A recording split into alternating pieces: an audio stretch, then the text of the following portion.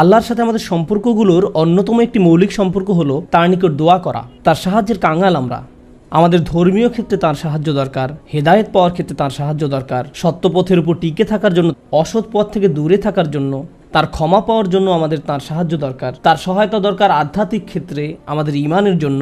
এছাড়াও জীবন পরিচালনার সকল ক্ষেত্রে আমরা তার সাহায্যের মুখাপেক্ষী। আমাদের পারিবারিক বিষয়ে তার সাহায্য দরকার, অর্থনৈতিক ক্ষেত্রে তার সাহায্য প্রয়োজন আমাদের। আপনাদের মাঝে অনেকেই এমন আছেন যারা ভয়ঙ্কর অর্থনৈতিক সমস্যায় নিমজ্জিত। কেউ আপনার সমস্যার কথা বুঝে না, একমাত্র আল্লাহ এবং আপনি ছাড়া আর কেউ বুঝে না। আপনি আপনার সমস্যার কথা কাউকে বোঝাতে ব্যর্থ হয়েছেন, তারা বুঝে না। একমাত্র আল্লাহ ছাড়া আর কেউ জানে না আপনি কি মুসিবতে জীবন অতিবাহিত করছেন। আমাদের সকলেরই কোনো না কোনো সমস্যা রয়েছে।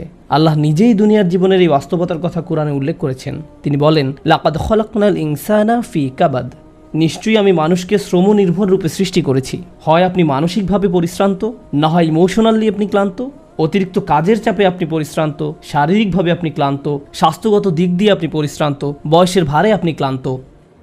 আপনার সমস্যা থেকে বের হয়ে আসার জন্য অনেক সমাধান খুঁজছেন, কিন্তু কিছুই কাজ করছে না। এভাবে আপনার সৃজনশীলতাও একসময় নষ্ট হয়ে যায়। আমরা সবসময় পরিশ্রান্ত জীবনযাপন করছি। আমরা প্রতিনিয়ত কোনো না কোনো সমস্যায় জর্জরিত। এই সমস্যাগুলো আমাদের চিন্তাশক্তির বেশিরভাগ অংশ দখল করে রাখে। অনেক সময় ইতিবাচক চিন্তা করার জন্য নিজের উপর জোর খাটাতে হয়, কারণ আপনি যদি জোর করে ইতিবাচক চিন্তা না করেন, তাহলে নেতিবাচক চিন্তাগুলো সবসময় এসে আপনার মাথায় জড়ো হয়ে থাকে।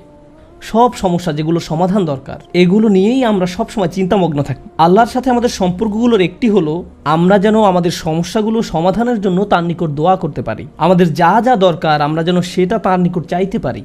তো আজ আমি যে বিষয়টি নিয়ে কথা বলতে চাই, এমন একটি সিক্রেট উপাদান যার মাধ্যমে আমরা আল্লাহর নিকট যা ইচ্ছা তাই চাওয়ার সামর্থ্য অর্জন করতে